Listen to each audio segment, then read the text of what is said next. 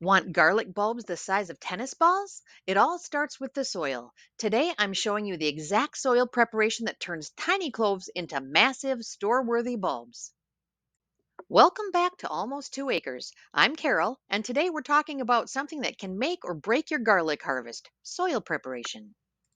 The mystery of growing garlic.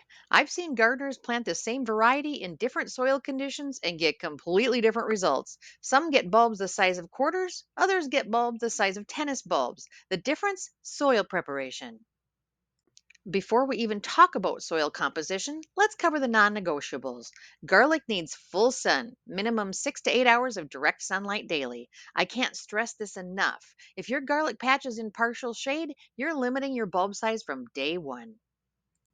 The second non negotiable is drainage. Garlic will absolutely not tolerate wet feet. If water pools in your planting area after rain, you need to fix that first. This might mean raised beds, raised rows, or amending heavy clay soil. Let's talk about the three main soil types and how to work with each one. Sandy loam is the holy grail for garlic. Perfect drainage with good moisture retention. If you have this naturally, count yourself lucky. Clay soil can actually grow amazing garlic, but you need to modify your approach. The key is raising your planting area. I'm talking raised beds at least 10 to 12 inches deep or raised rows. Clay holds too much water, so we plant shallower, about 1.5 inches deep instead of the standard 2 inches. And here's the part to remember: work in massive amounts of organic matter to break up those clay particles.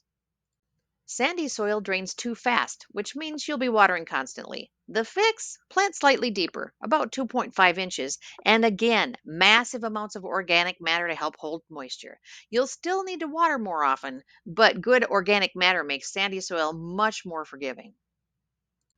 Now let's talk about the secret weapon, organic matter. This is what transforms average soil into garlic growing gold. I'm talking about well composted materials, aged manure, finished compost, leaf mold. Here's what not to use: fresh manure. This introduces harmful bacteria and creates weed problems. Always use well rotted, aged materials. How much organic matter? I work in 2 to 4 inches of compost across the entire planting area, then till or dig it in about 6 inches deep. This might seem like a lot, but garlic is what we call a heavy feeder. It needs rich soil to produce those large bulbs. The organic matter does double duty. In clay soil, it creates air spaces and improves drainage. In sandy soil, it acts like a sponge, holding moisture and nutrients where the roots can access them. Garlic thrives in neutral soil, pH between 6.0 and 7.0. Too acidic and nutrient uptake suffers. Too alkaline and you get the same problem from the other direction. Here's my tip: get a soil test. Don't guess. A $15 soil test can save you months of poor growth. If your pH is too low, add lime several weeks before planting. If it's too high, sulfur can bring it down, but that does take time. For nutrients, garlic needs a balanced approach that changes throughout the season. In fall, we focus on phosphorus and potassium for root development. Come spring, it's all about nitrogen for vigorous leaf growth. But here's the feeding key: we stop heavy nitrogen feeding by early June in zone 4, or I get delayed bulbing and smaller bulbs.